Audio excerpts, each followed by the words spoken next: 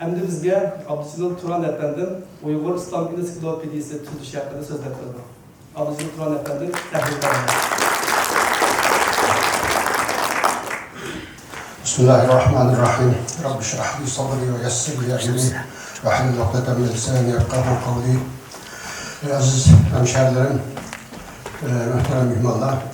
Ben dünyadaki meşhur kitaplarını tanıştırmayı, ben özel işlevatlarını kitabını tanıştırayım. Şunu olan ben bunu tanıştırmak hazır.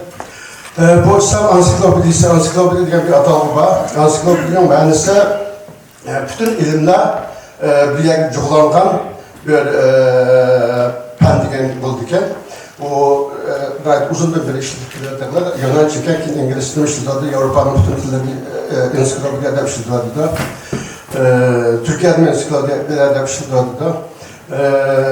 Bu ensiklopediya uzun beri davamlaşıp gelgen dünyada ama bizde bula bakmadan. Fakat 80'li yıllar gelgende Şinjan'da şöyle bir grup kurup bir ensiklopedisinde işleylerine teyarlatılıp işine başlayıp 30 netlik bir örnek nüshusunu çıkıp takatkan. Ama onu davamlaştıramadan. Ben ensiklopediyi tunca kadar Mısır'da ensiklopediye koydum. O İslam ensiklopedisi Arapça. İngilizce'nin tercüme kılgan ama tutuklanmak dikeni 15 tomluk. Yakında tutuklandı onu. Şunun başlar ben bu ensiklopediye ait kızıkkan. Türkiye'ye geldiğimde artık Nurgun ensiklopediyalarını topladım, köydüm. 89. yıldan başlayıp Türkiye'de yanına doğru çıkaran 89 yıl başlayıp 2014 Türkiye'de 44 tomluk ensiklopediya. Onu topladık, onun başlıklarını tercüme kılgan ensiklopediyanı topladım. Ben bir ensiklopediya tüzüp bakaraydı. Ben 2021 yılda kısaca 330 netice maddeler bir ensiklopediya tüzüp 220 bettek nasip oldu. Bu şuna çıkıp nima kıldık, onun kadar kızıqqanlar oldu. Bu ben üzerinden küçülen, üzerindeki imkaniyetim bilen çıkıp bunu çıkargan için ben kurultayga bunun takımı mükemmel, takımı tuluk 5 sayfalık bir tane ensiklopediya tüzüp kurultay namıda neşri kılaydı, degan dolqunaydı sıcak vakti. Şundan biz yazık yıl boğulu koptu. Bir ensiklopediya tüzüvatımız. Bunu aldığımızdaki yıl 4. aylarda bitirmek için 8 tom bulduğun, kendi bir 2 tom yine bazı tapamagan nesillerini tepip tutuklaydıgan planlavatımız. 8 tomның hazır xat hesabıda 1.100.000 xat buldu. 8 tom bölmek için bunu.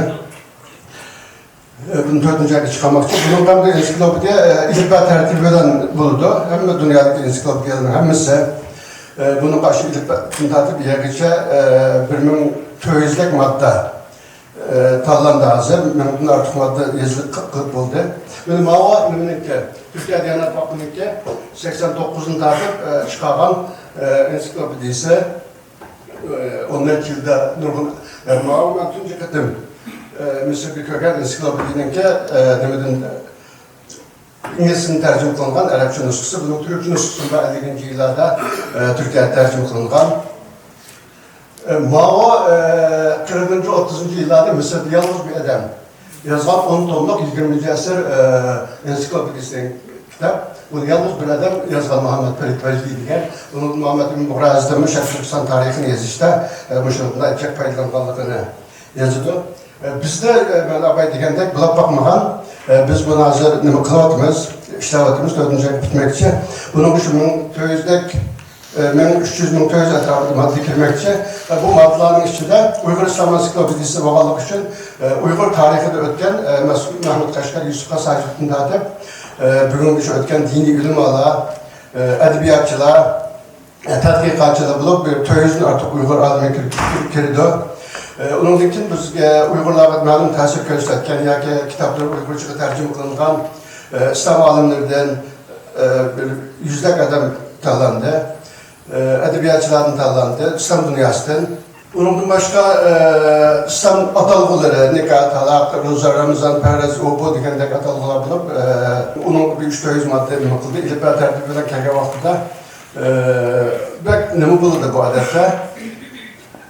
Bitabın bir bağının könlünde ama ilip ədəbi bilen bağını geçine buldu iken bu ensiklopediyanın hem üstünde.